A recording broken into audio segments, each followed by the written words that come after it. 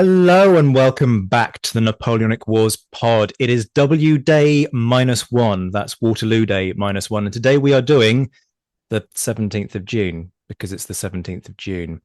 There's a really kind of deep and profound and unobvious rationale behind today's episode. But we are doing the prequel of Waterloo, and we're doing it a little bit differently this time because it's going to be me and Liam, the redoubtable quartermaster. Liam Telfer Esquire joins me in the recording studio because it is a studio. Hello, mate. How are you doing?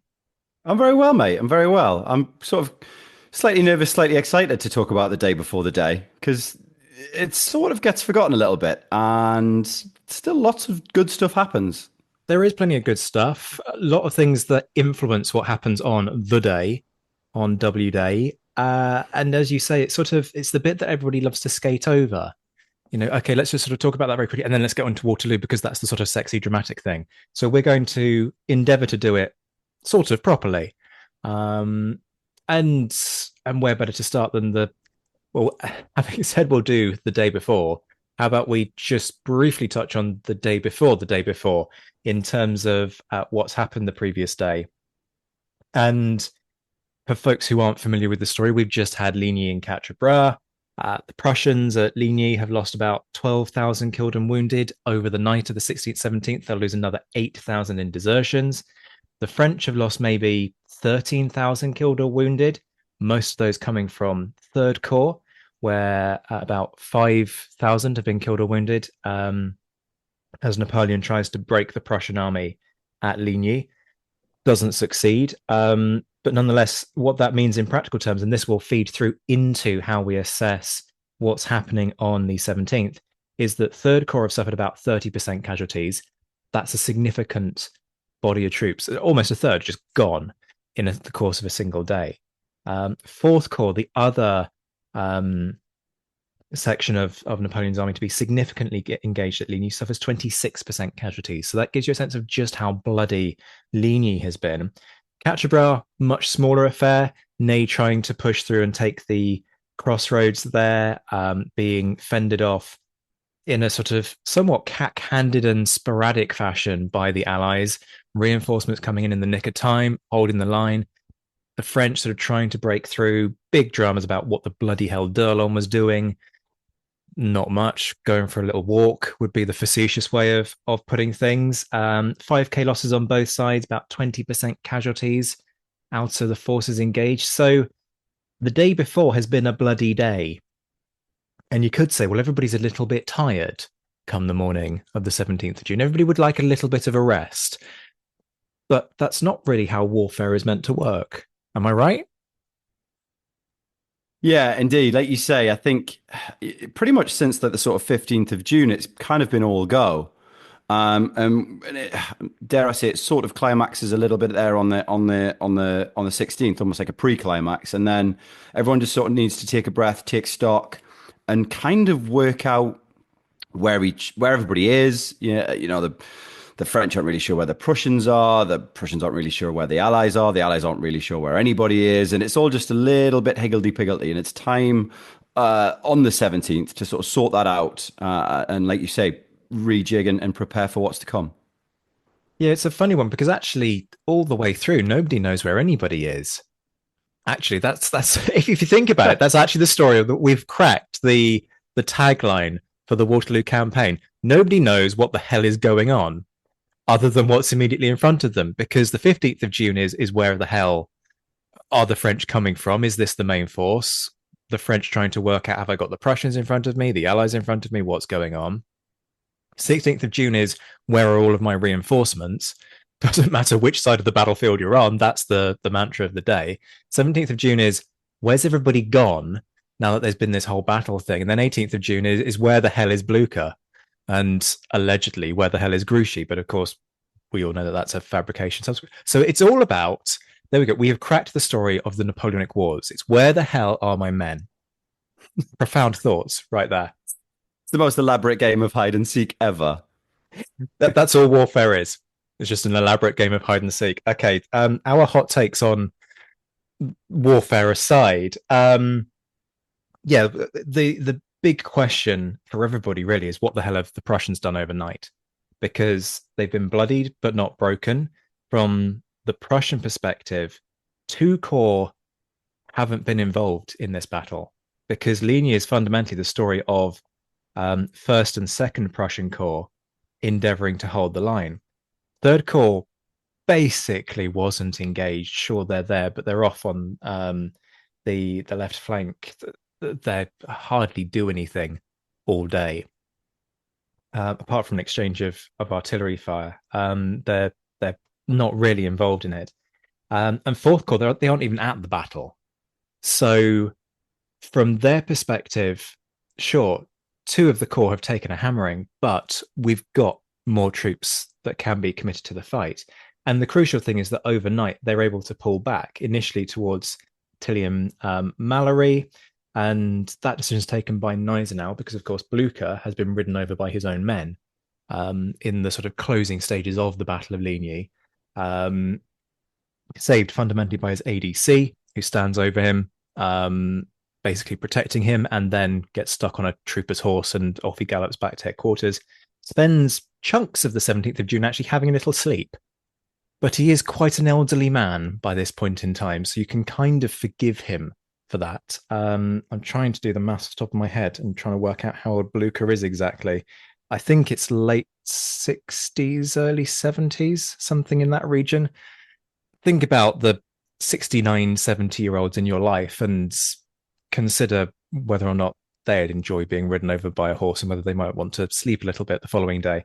And what's really interesting, actually, is that the fact that Blücher can sustain that injury, spend the day resting up as he needs to, and yet all of the wheels are still in motion regardless, is a testament to how effective the Prussian staff system is in terms of knowing what Blücher wants and facilitating it, despite perhaps some disagreement in terms of what should and shouldn't be done.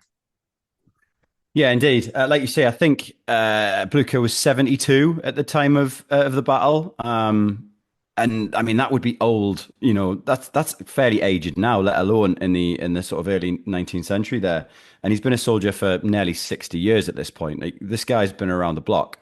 But again, it's all about taking that pause. And I think although the sort of grand strategy has loosely been set, no one quite knows at this point, overnight of the 16th and going into the morning of the 17th, no one really knows what the plan will be.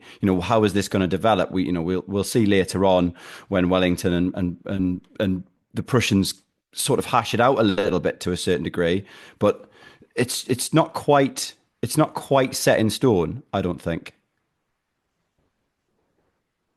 I think that's a fair one. There are a lot of moving parts, and of course the Allies don't know either.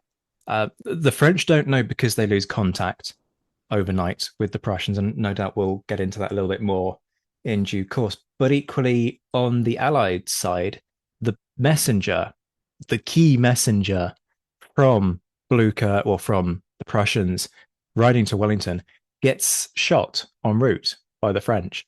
Many people making comments about don't shoot the messenger. He refused to stop, basically, in being apprehended, no doubt kind of realizing the significance of the information he was carrying. And so it's a while before Wellington knows what the hell has happened to Blücher.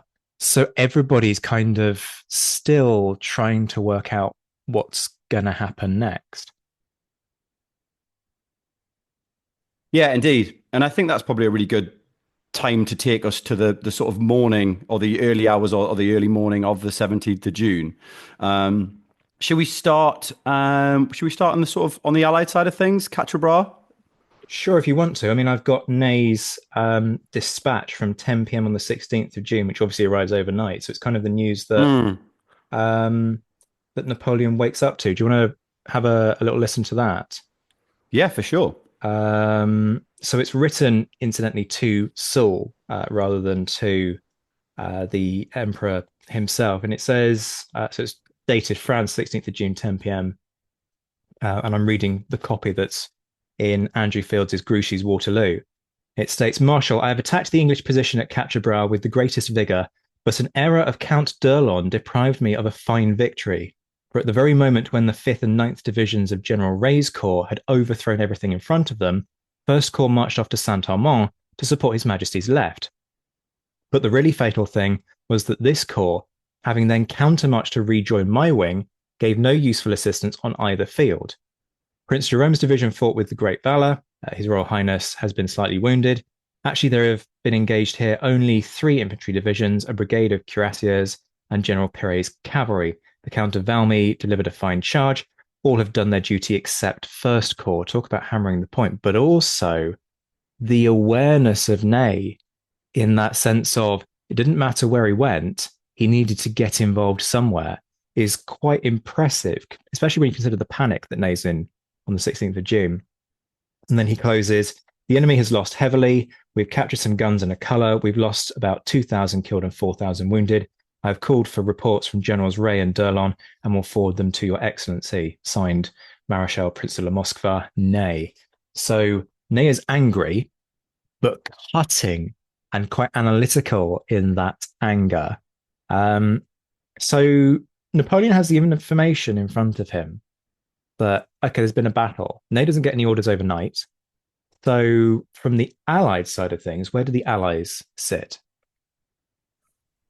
So there's some great accounts. Matthew Clay writes some brilliant accounts of that sort of overnight, the sort of post-Quatre, particularly in that the Bois de Boissou area of the battlefield, where they're sort of almost bivouacking where they are. That they go to ground where they sort of finish the battle, and they're just sort of holding that position. And again, not really sure at this point of what's going to happen. Now, you can talk about we could talk about the delay in Ney's decision making, but ultimately he is working to a chain of command. And I think what I take away from that dispatch is it is actually quite profound in terms of, like you say, Ney's awareness of that we might have messed up here. I think he's protected himself somewhat, obviously, by passing the buck to First Corps and D'Erlon. But it's a real kind of, it's a bit like, well, what's next? And everyone's kind of looking at everybody else going, what do we do? And I think that's probably the same with the Allies. They're sort of looking south and sort of feeling west slightly and sort of thinking, well, what has happened to the Prussians? We don't really know.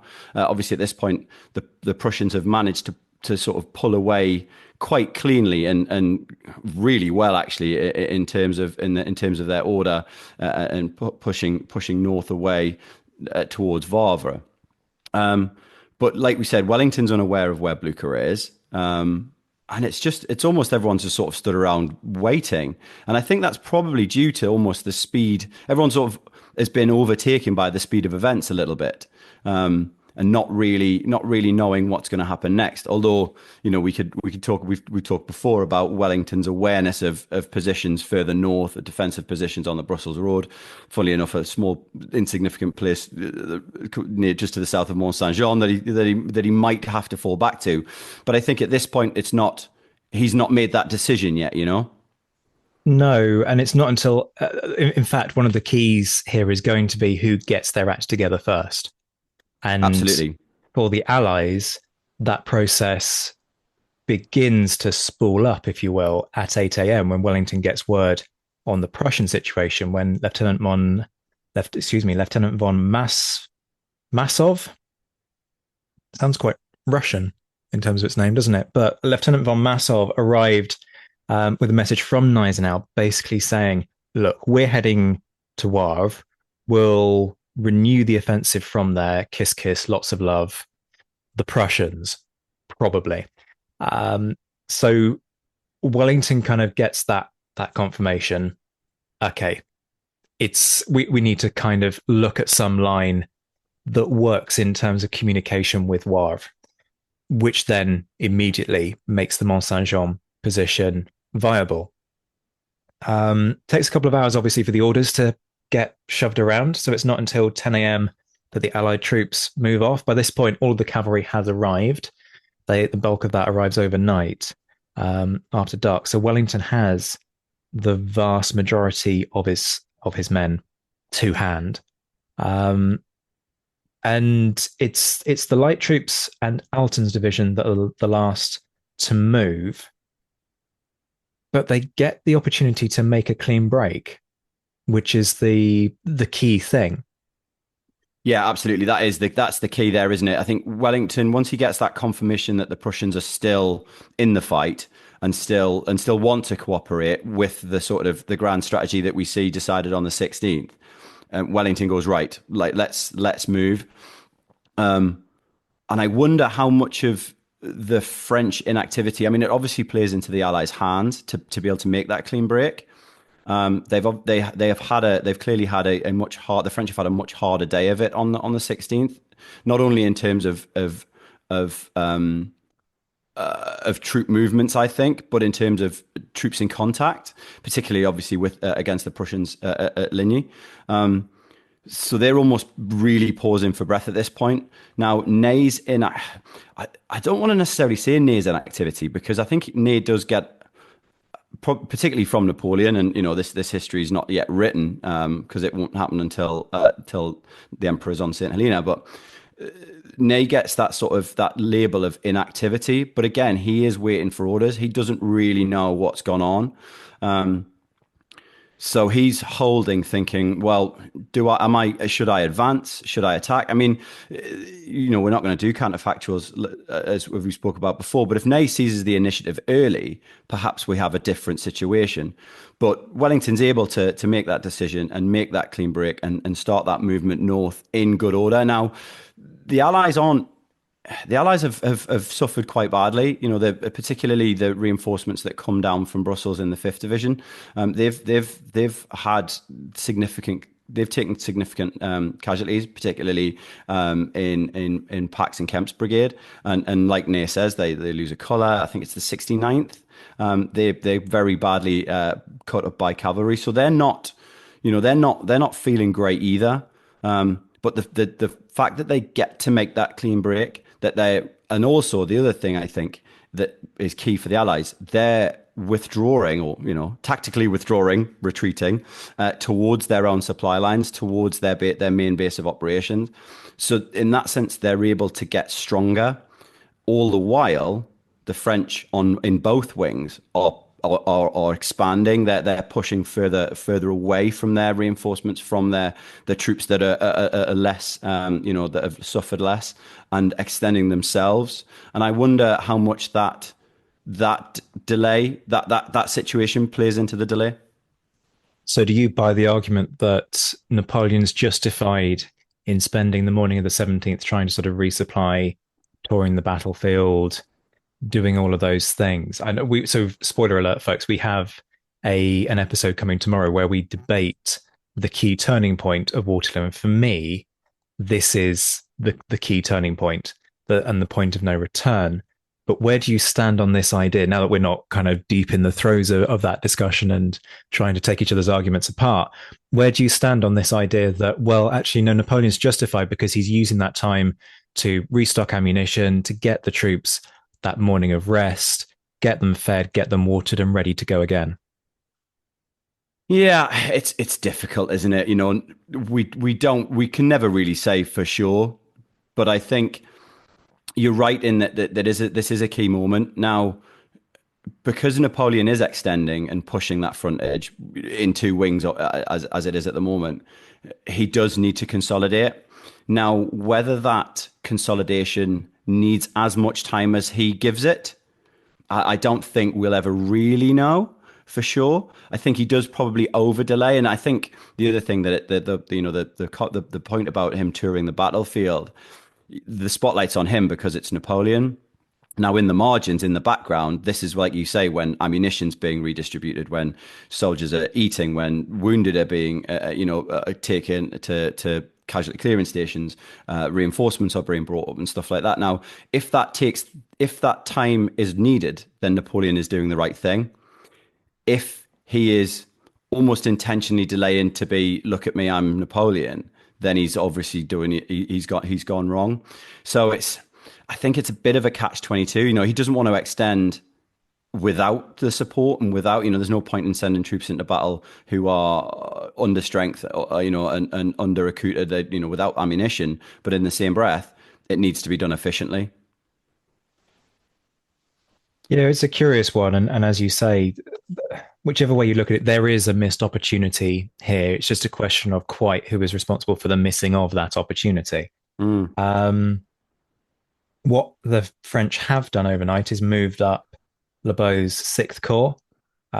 These are unused troops, so they're now moved into the front line beyond Ligny, perhaps reflecting that the Prussians aren't broken and the French know the Prussians aren't broken. And so, will they try and attack again in the morning? If so, we need fresh troops on hand. So, that makes a lot of sense.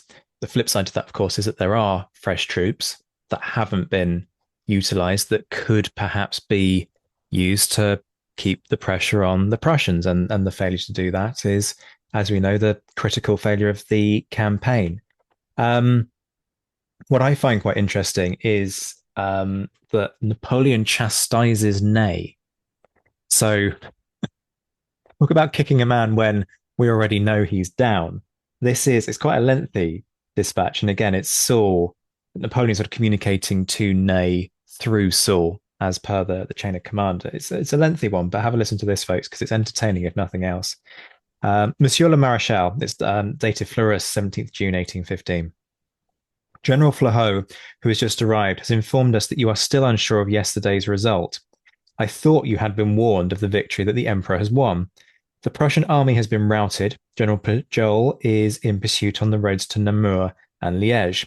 We have already taken several thousand prisoners and 30 cannon. Our troops were well led. The charge of 6 battalions of the Guard, the service squadrons, and Delors' cavalry division broke the enemy line, throwing their ranks into disorder and capturing the position. The Emperor is going to the mill at Brie, where the main road, which goes from Namur to Quatre, passes. It is thus possible that the English army will act in front of you. If this is the case, the Emperor will march directly against it by the main road to Quatre, whilst you attack it from the front with your divisions, which currently should be concentrated, and this army will be destroyed in an instant. Thus, inform His Majesty of the exact location of your divisions and all that happens in front of you.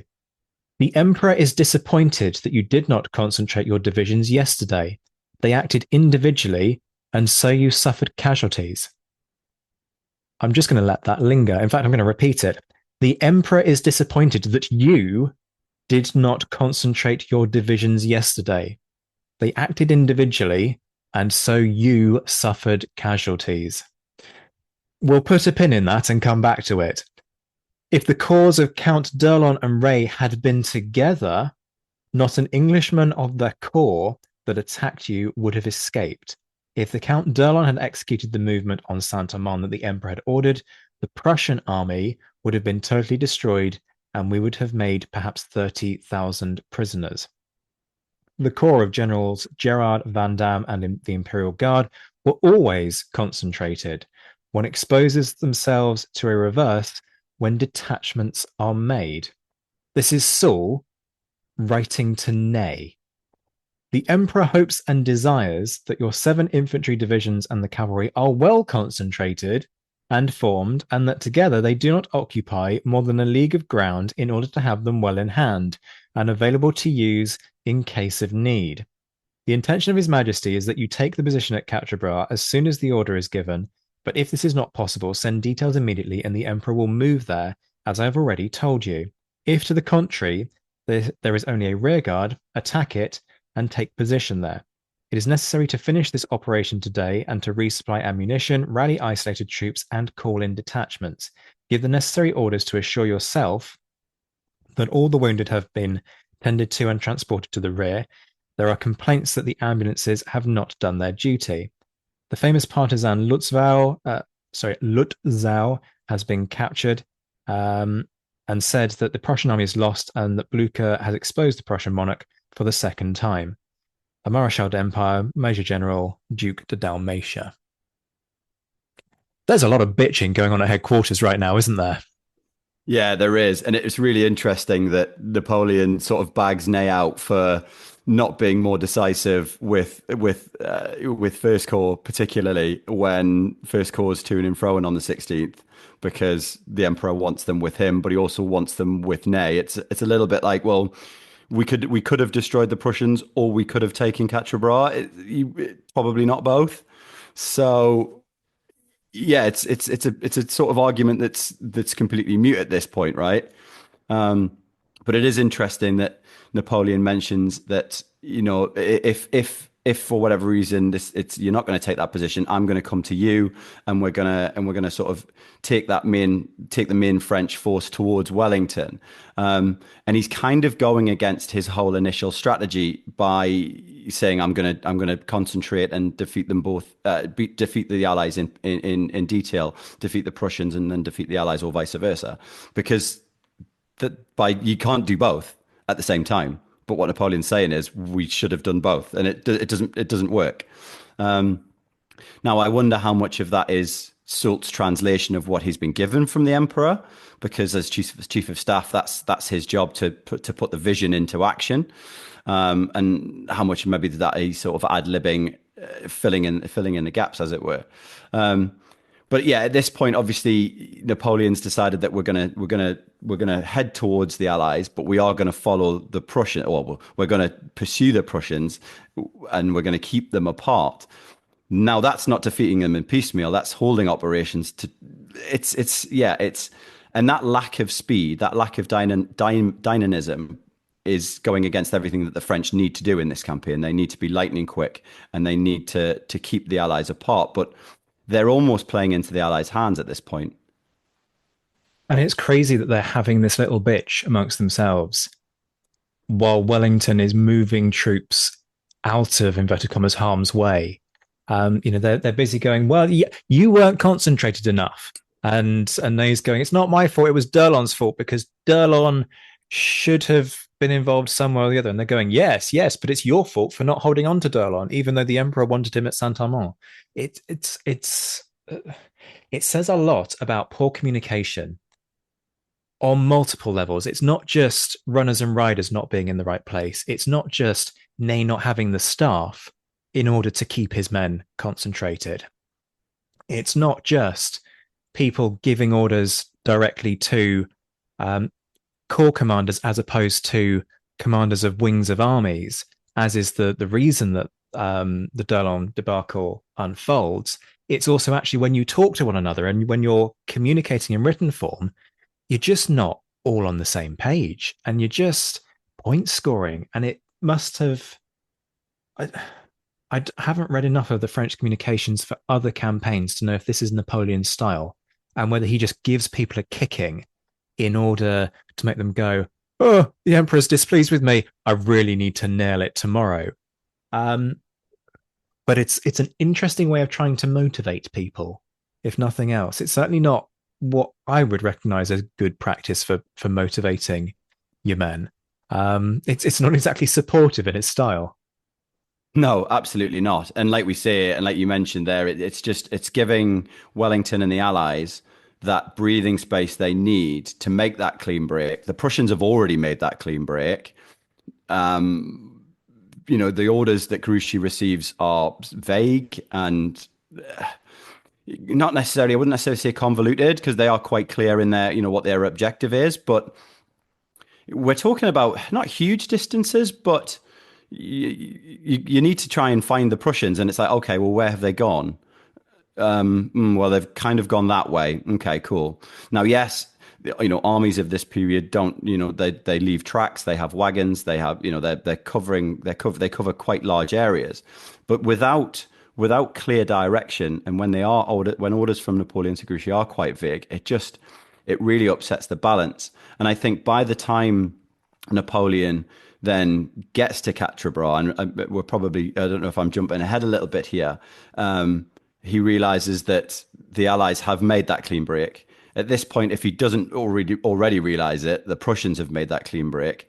And all of a sudden, it's a little bit like, well, nobody's here, and all we can do is pursue. But in which direction, and in what, with what force? There's a little bit of an air of that John Travolta meme where he's just kind of looking around, going, "What? Where is everybody?" Mm. If you aren't one for the memes, you won't have a clue what I've just been talking about. So go and Google it, and you'll immediately get what I'm talking about. So do we talk about the Allies, or do we talk about the Prussians at this point in time? Shall we talk Grouchy and the Prussians, and start to sort of bring that story together? So it's midday that Grouchy is sent after the Prussians, and everybody goes, "Oh, look, he's got a third of the army. Why doesn't he achieve something spectacular in the space of 4 seconds flat?" Well, the first thing to bear in mind is what is sent with him.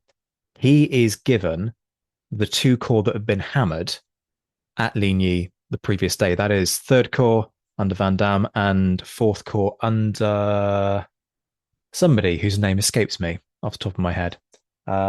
As we both dive for our notes to try and determine that. But Third and Fourth Corps, these are the guys who've taken the bulk of those 13,000 casualties. So they are not at strength. As I said at the start, Third Corps, 30% casualties, Fourth Corps, 26% casualties. These are significant numbers. Now, the previous night, Pujol, with his cavalry, found Prussians on the Namur Road, which is what starts to create this perception, oh, they've all gone in that direction. Now, with a better cavalry screen and with better reconnaissance, then perhaps the French could have known that that wasn't the case. But what it means is that the French initially think that's the direction. Grouchy kind of heads off towards Jean Bleu, where he in time finds Thielmann.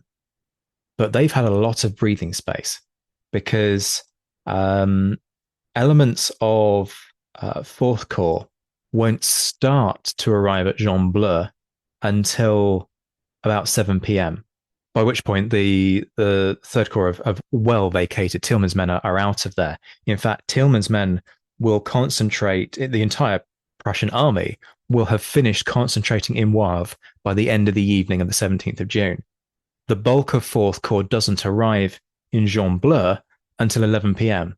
So to put it another way, the Prussians are 12 hours ahead, 6 hours if you allow them the time to, the fact that it probably takes about 6 hours to march between the two. But nonetheless, what this means is that Prussians have fundamentally had 24 hours where they haven't been meaningfully harassed by the French, because they start moving out of Ligny over the night of the 16th. It's not until the night of the 17th, the Fourth Corps at Jean Bleu, where the Prussians were like 6, 7, 8 hours previously. So you can see how events have completely run away from the French with that wing of the army.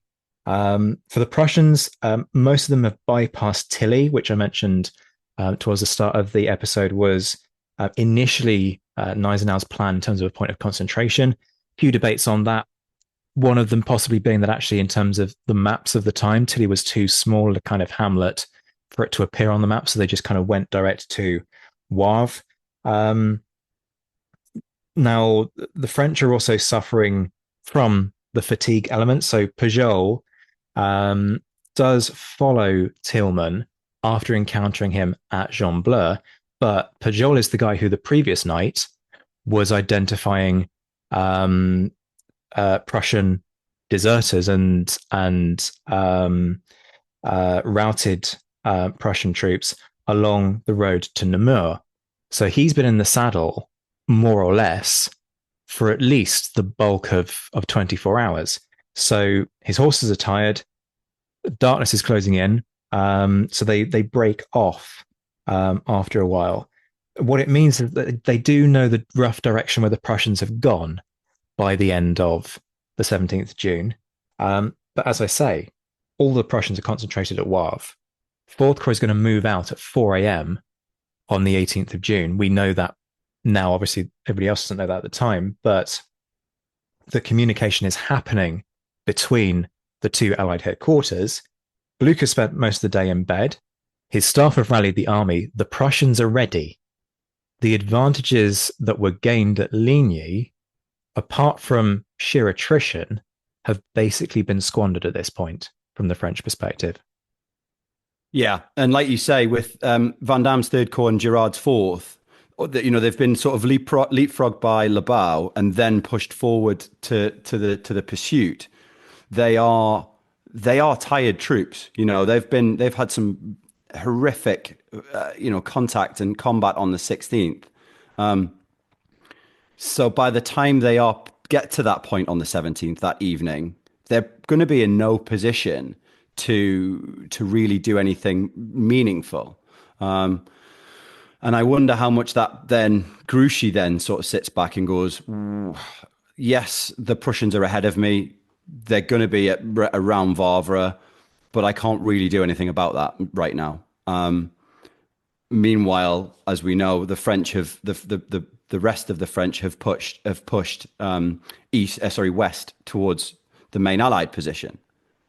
Yeah, as I am a fan of saying, the only way that Grouchy could have done any more with the situation that was handed to him was if he spontaneously developed the ability to fly.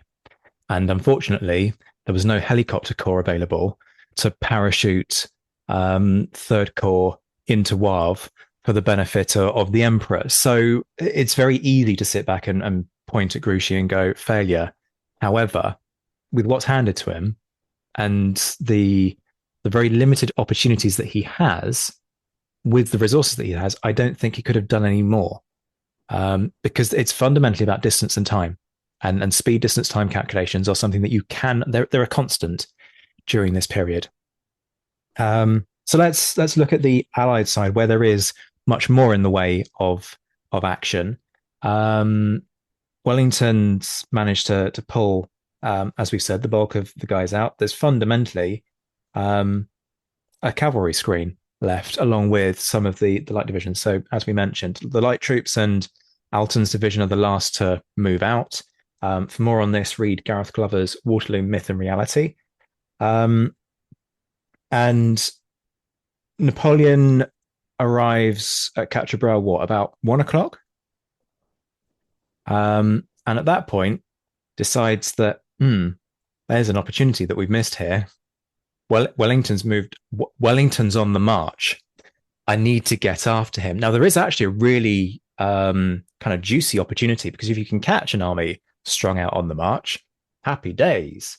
And the French have never really managed to catch Wellington strung out on the march, to the best of my knowledge. I can't think of an instance where it's happened. If you can think of one, folks, then dive into the comments and let us know. But this is the thing with Wellington. He usually is pretty good at making sure he moves off in a timely fashion. So from the French perspective, this is kind of untapped territory. Can we pounce on this guy? They know that Wellington can pounce on them because Salamanca. So there's a precursor there. There's precedent, but this is what Napoleon loves to do, right? To pounce on people and catch them at a point of vulnerability. So he pushes the cavalry hard. The trouble is, it's too little, too pigging late, because the French don't catch the Allied cavalry rearguard until they're crossing the Genappe defile a few miles to the north. Now, it's only a few miles, but in the grand scheme of things, Genappe is about halfway to Waterloo. So the army is halfway to their point of sanctuary. We've got a great account from Thomas Plyford from the Second Life Guards, which I'm going to read again directly from Gareth Glover's Myth and Reality. And he's describing the way in which both sides sort of trying to grapple with one another, which I find quite interesting. He says, this day's work was more noise and sham than otherwise. Each brigade retired in succession, and the front had always a formidable appearance. The use of firearms on horseback had not attained much perfection. For on one occasion, I watched the mounted skirmishers of the French and English armies firing at each other for more than 20 minutes, and not one man or horse fell on either side. It's not exactly a ringing endorsement of carbines, is it? No, it isn't. And I think it'd be really interesting. You mentioned Wellington's maneuver and his ability to maneuver an army. It's really interesting that you mention Salamanca and Wellington's movements because in the campaign prior to that, Wellington's army is countermarching and marching with Marmont, and their ability to sort of pin each other down. And Wellington knows what he's doing; he can really move troops well. But also with that cavalry screen and the screen from those light troops, you've got to think that's the rear guard. The main army is going to be advanced of that position. So although the French make contact at Genappe, it's with the screen. It's not with the army on the march. You get those cavalry clashes with the British Seventh Hussars and the French Lancers at Genappe, and it is brutal combat, but it is very minor, and that's literally what these cavalry screens are for, just to hold. And all the while, Wellington and the Allies are trudging north. The other thing I think that's really important to add to the chat at this point is the weather. Now, the weather turns on the 17th, and we get these thunderstorms, we get really heavy rain, and they're going to slow everyone down. However, when we're talking about Napoleon's need for speed, he needs that initiative more. Now, Wellington just needs to keep moving and keep in good order. Doing that in the rain is difficult, but it's a lot easier than trying to do it when you're under a significant time pressure, like the French are. So those clashes at Genappe, while really important, I think it's really important to note where the bulk of the Allied army is at this point. And also because the weather closes in, I believe, over the course of the afternoon, it means that with Wellington having managed to start the ball rolling at 10, he's managed to get his troops up the road whilst the roads are still in decent condition, as opposed to Napoleon, who's now trying to make up that time in a situation that is just less advantageous for speed and for maneuver. The other thing I want to just get your thoughts on, Liam, is how the weather would or wouldn't have affected the cavalry, because a imbecile like me, who knows nothing about what it's like to ride a horse in full armor, might turn around and go, oh, well, the rain will make the fields wet. And if the fields are wet, harder for the cavalry to start sweeping around the flanks of the Allied army and sort of start cutting the Allied army up further up the road. But you'll understand cavalry screens and how, those kinds of things are sort of headed off at the pass, as it were, much better than I will. And you'll also understand the realities of riding a horse on wet ground. So what's the reality there? Yeah, you're right. I think it does cause a lot of difficulties now, especially in that heavy downpour. The weather has been dry up until this point, and the ground is just holding this water on top.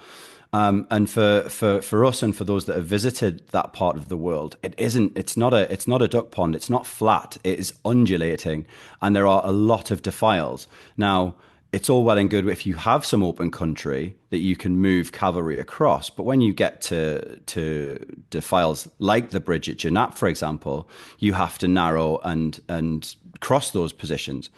Wellington, like you said, does that earlier in the day with less pressure other than just to keep moving.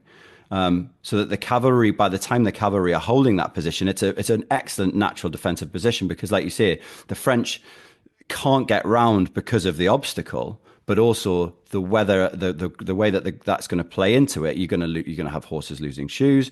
You'll have horses potentially going down. You've got crops to try and negotiate. It's not easy. I mean, trying to march a line of infantry, just to go back to the infantry for a second, across a flat level field in any kind of order is difficult because of pacing. Guys are different sizes, different stride lengths and things like that. When you're trying to do that with cavalry, you have the added element of horses. You also have the element of being able to keep those horses supplied because the horses need forage. So you need to keep them in a position where they can access that.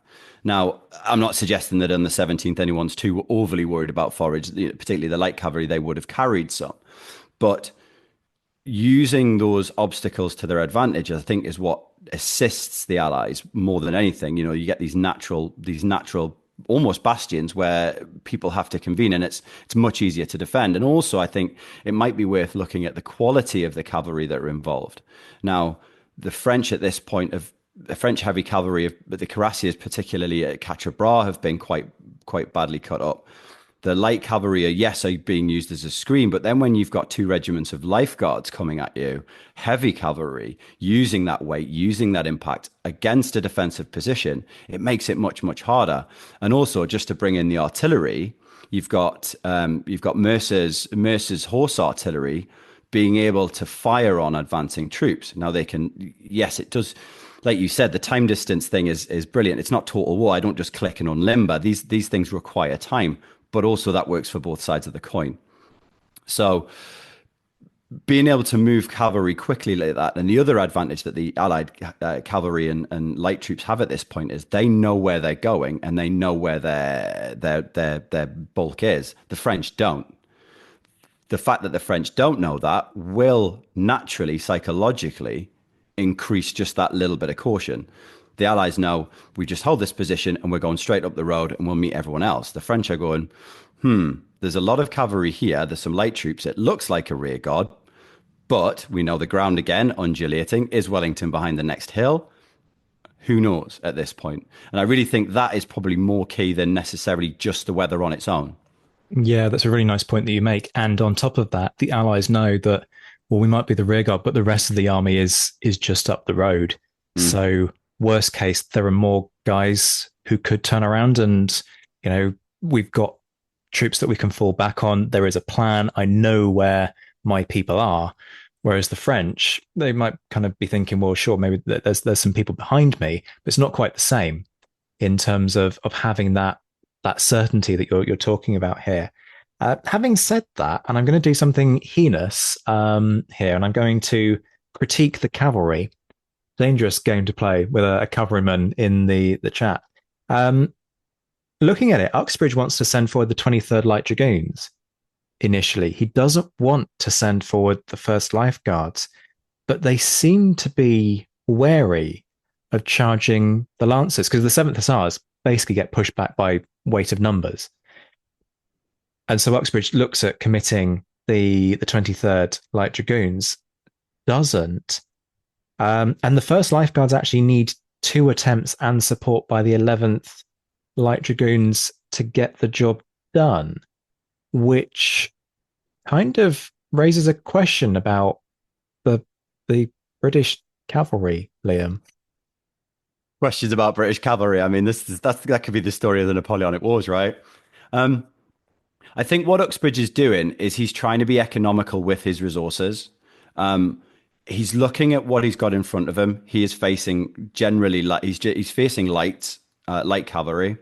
Can he defeat them with light cavalry? But then I think on the flip side of that, he's gone, if I just push some heavies in, bowling ball and pins, and really help get that break, use then the lights as support, as a fallback, as a recall position, and leapfrog again, because it's all about maintaining that screen. It's all about maintaining that frontage, isn't it?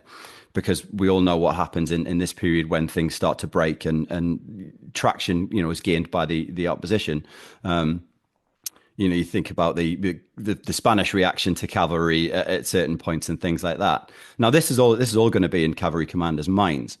Now, I think that the decision to put the heavies in, especially that it's funny that it's the lifeguards, and I was a lifeguard, so it's a glorious charge. It's the glorious charge at Genappe.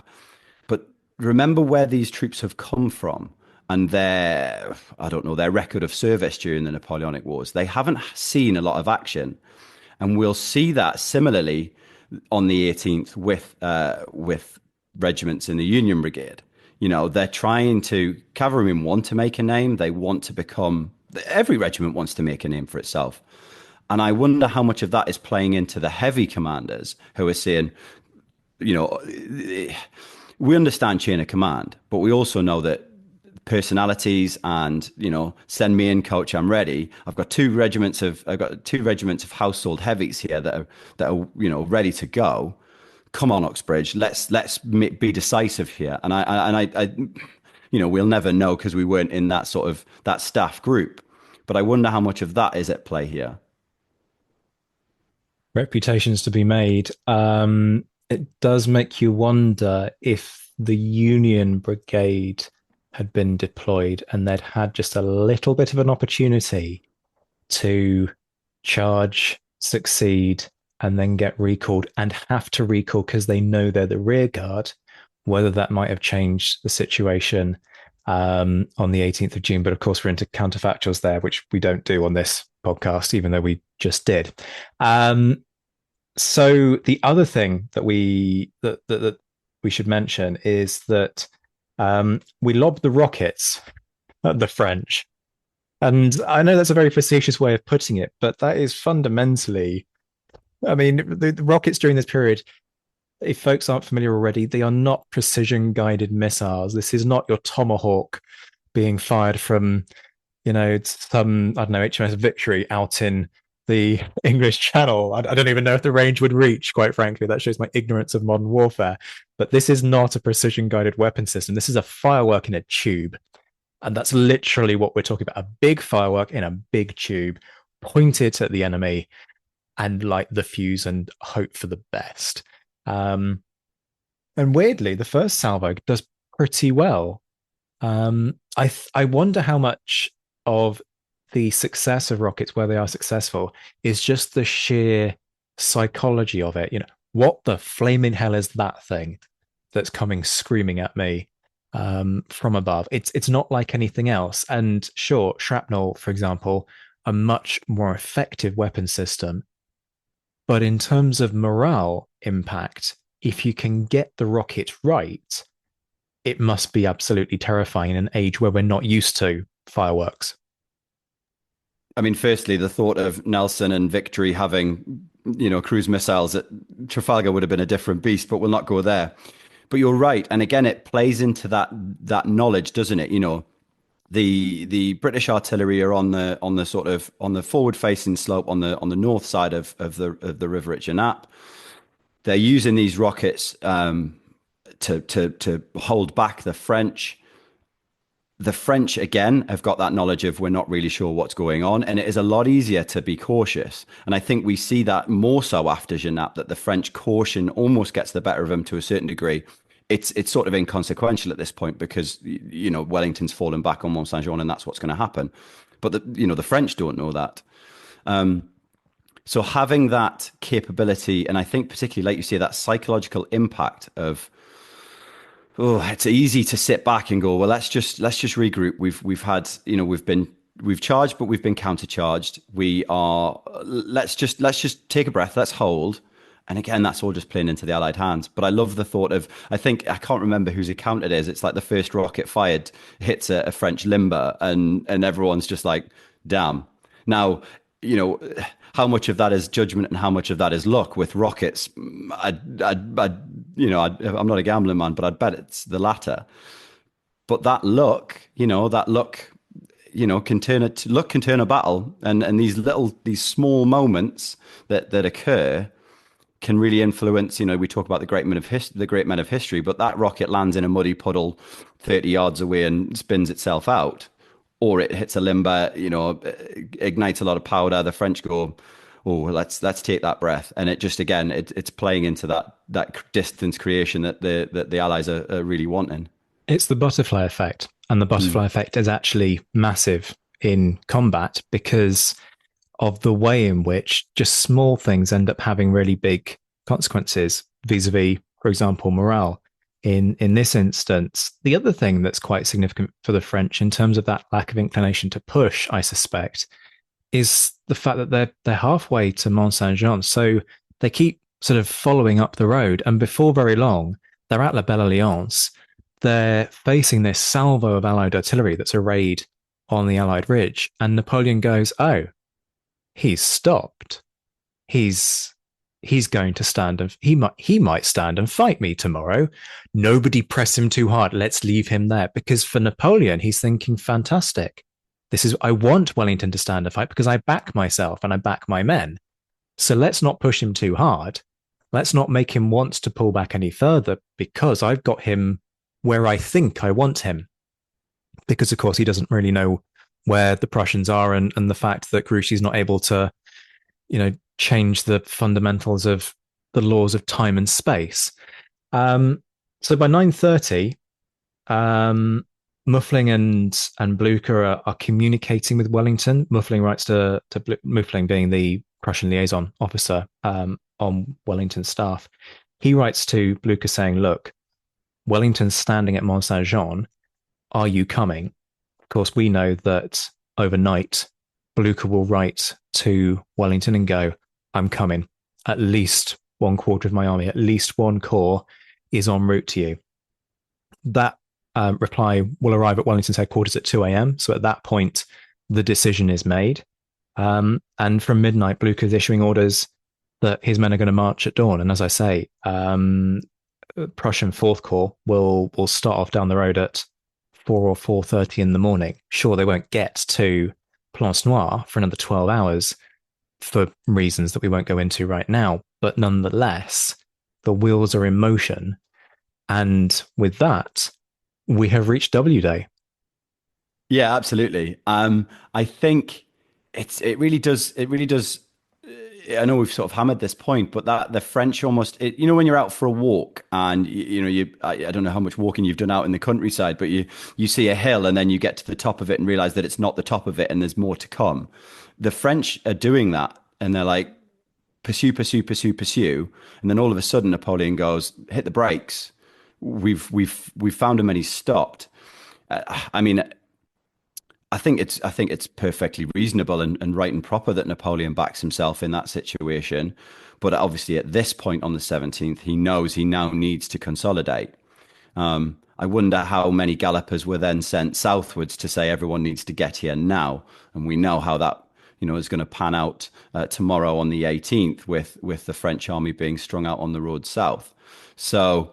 Yeah, that psychology, and it's not something I think that historians often really deep dive into, because it's easy to look at the primary sources and the numbers and the locations and sort of just, it's blocks on a map almost. And I don't want to do anyone a disservice by that, but it's just it's a narrative that we can play with hindsight. Now, in that moment, that psychology of pursue with, dare I say, not wrong, but not necessarily the right kind of pursuit. It's cautious. It's slow. It's because of the intelligence. It's lacking intent to a certain degree. We're heading north, but to where? Nobody knows. The British have got a strong cavalry screen and some, super accurate new rocket systems that we haven't come across before. But I mean, I jest. But that and then having to then stop all of a sudden, it kind of again leaves the French a little bit, I think, doing the John Travolta meme to a point. Like, well, we're here. Where's everybody else? They need to get here now. But you've got French corps strung out almost all the way back to Quatre. And again, there's a legacy of the rain at play here, because the rain will have made the roads more difficult, which means that you just naturally slow down the speed at which you can concentrate those guys. And so a march that would have taken 6 hours takes 8 hours, let's say. And that again ends up having its follow throughs the following morning, because it's clay soil. So the ground isn't going to dry out. And that's going to make it harder for them to move up. And so when Napoleon turns around and says, "We're going at 9 a.m., like, that's lovely. I'm really happy that that's your plan, Napoleon. 9 a.m. on the 18th of June, I mean, which is when he wants to start Waterloo. Well, that's lovely, but the guys aren't going to get there fast enough to make that happen. Hence the delay to 11, hence the delay again to 1 o'clock when finally Dolon is in place.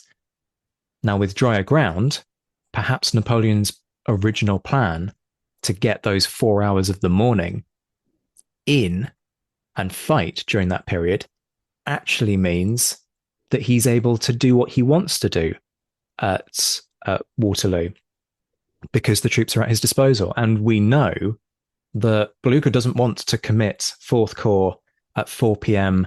on the 18th of June, but because they're not all there, he's only got 2 brigades to hand, but he does send them in because he looks at the situation and thinks, Wellington's heavily pressed. We've got to take the heat off. So actually, those 4 hours are a crucial 4 hours for the campaign that he can't regain for the simple fact of the weather. Mm. Yeah, and I think it's worth at this point just mentioning a little bit more about the terrain. Now, that road south from Brussels to Charleroi, although a main road for the time, in terms of, I believe it was a road for transporting coal and minerals and things like that. So it was a road suited to the purpose of moving wagons. But this is people, for merchants, it's a totally different kettle of fish. When you're trying to move batteries of guns, limbers, portable forges, ambulances, ammunition supply, there's only so much space. If you're then having to push infantry to either side of the road and cavalry to either side of that, it's going to slow everybody down. You get to defiles like Genappe, like we've spoken about. It's narrow again. Can it be forded in certain places? Quite possibly, but again, it's just going to slow everyone down, and that just it does. You're right.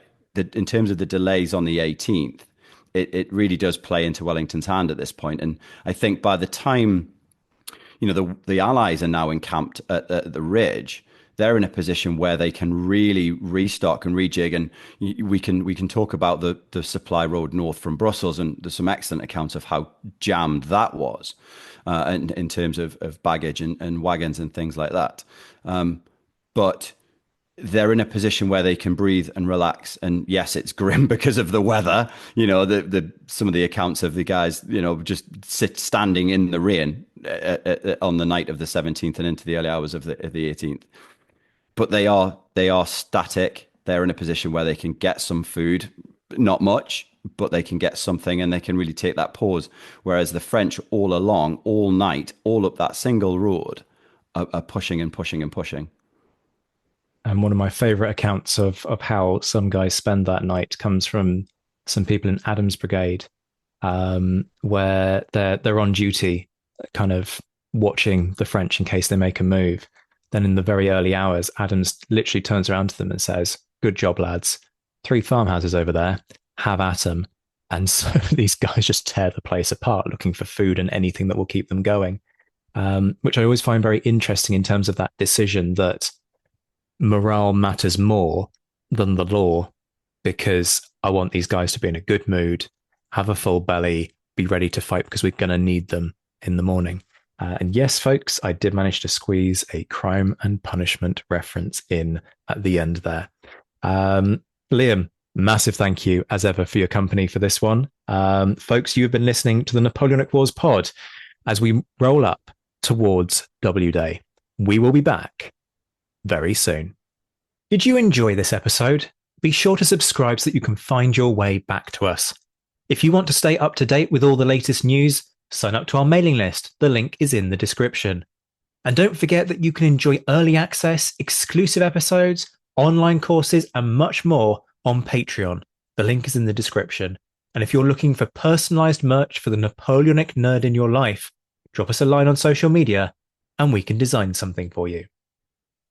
Shout outs to our patrons who, at the time of recording in early June 2025, were in the mentioned in dispatches tier: Brendan Teeling, Beatrice de Graaf, Lynn Dawson, Jim Deary, Josh Keeney, Colin Fieldhouse, Jim Getz, Jeff Maple, Robin Brasher, Indiana Fats, Stephen Gillen, Hugh Brennan, Alistair Campbell-Grieve, Andy Meakin, Mark Anscombe, Rob Coughlin, Bruins Girl, Noah Fink, Miles Reedy, Nick Overland, Graham Goodwin, Chris Pramas, Anthony Gumbel, Anonymous American, James Fluick, Natasha Hobday, Rod Schwager, Chris Kimball, Gary Dennis, Ted Andrews, Richard Anderson, Arthur Forgy, Sam Moore, Wyatt Pollock, Joe Ayres, Darla Vincent, Peter Findlay, Giovanni, Steve Gillen, Jean-Baptiste Van Merlen, Daniel Friedman, Neil Reed, Jonathan Willits, Wojciech Stefanovic, Simon Weathers, and Zach Johnson.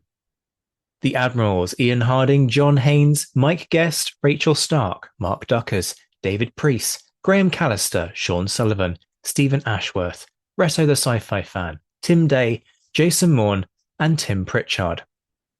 The Chiefs of Staff: David Maxwell and Adam Coslin, the Marshals: Ryan Diamond and JC Kaiser, and the Legion of Scholars: Kate Wilcombe, Clemens Beman, Dan Hazelwood, and Bob Burnham. Not forgetting in the Crown Yourself tier, Emperor of the First French Empire Todd Campbell and Duke of Wellington Laird Campbell. We'll be back very soon, but until then, this has been the Napoleonic Wars pod. On behalf of myself, Liam, Luke, and Josh, take care of yourselves, folks. Stay well. And as always, thank you for listening.